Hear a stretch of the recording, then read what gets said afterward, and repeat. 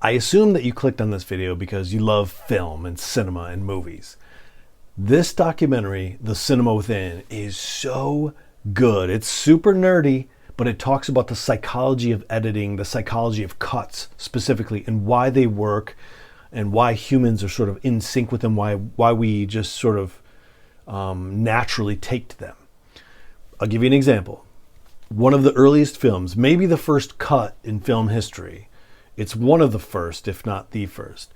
And it's a video of film of a train coming into the station, right?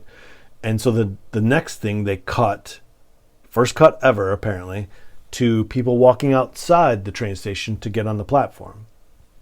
At that moment, cinema could have died. Because, as they said in the video, scientists or neuroscientists were saying it should be jarring to be in a theater and to watch something and to have, like, you're looking at one thing and then it cuts to another. That should jar people to where the point where they might even be throwing up and feel nauseous. But it didn't. They were okay with it. For some reason, they just got it. And somewhere in the documentary, they had a clip of director John Huston talking about why it works. And I'm not sure if John Huston came up with this first or if it was Walter Murch, the great editor who wrote the book The Blink of an Eye, talking about this as well. But Huston seems to get the credit in this movie. And we're going to play a game, and I'll explain to you how it works. All right, so Huston says it's like this. Why do cuts work? Look at an object on one side of the room. All right, you got it? And then pan to the other side of the room and look at another object. All right? And now go back. And let's go one more time. Ready? And then back to the first object. Did you notice anything? What happened was, every time you moved from one object to another on the other side, you blinked. Try it again. Yeah? You're blinking. And they think the reason that you're blinking is because you're only really concerned with, you're looking at one object, and then you're supposed to move to the other side of the room to get the other object. What happens in between doesn't matter. And so your blink is the cut. So you're moving from one side, cutting, you're blinking, to the other side. And that's why we're able to naturally sort of, be in sync with film editing, because we're doing it anyway.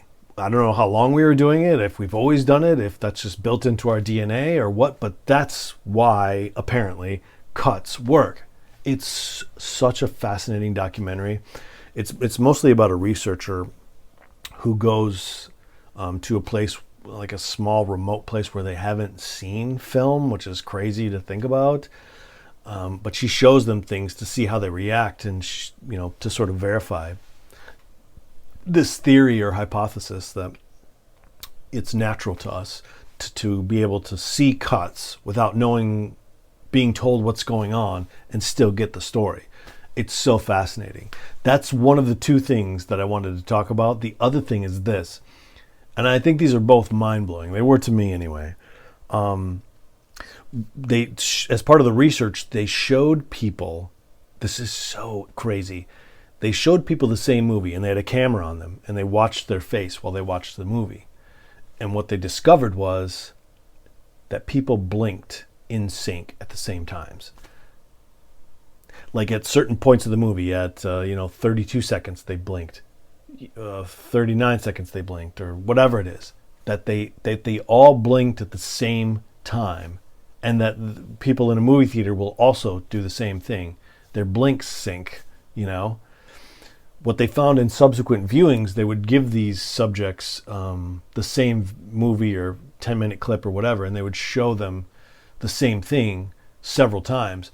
As the viewings went on, their blinks became more frequent and not as in sync. So because they knew what was going on, they knew what to expect. They weren't as invested, or they didn't find it as intense. But if it's something that people are into, they blink less, and they also blink at the same time. Which I don't know, maybe it seems obvious, but it blew my mind when I heard that. So it's a fascinating nerd editing documentary. If you're interested in it, I would also read Walter Murch's The Blink of an Eye, which talks about how editing is like a different life of the movie. You've got 3 stages of a film, right? The screenplay, the production, the filming of it, and then the third one is the editing. That you have 3 different films almost, and they go through this process. And so with editing being the cuts and the psychology of the cuts, when you know all these things, for an editor or a filmmaker or whoever, you have to keep these things in mind, because you're talking about, if you ever go to a movie and you see people blinking a lot, it's not hitting apparently.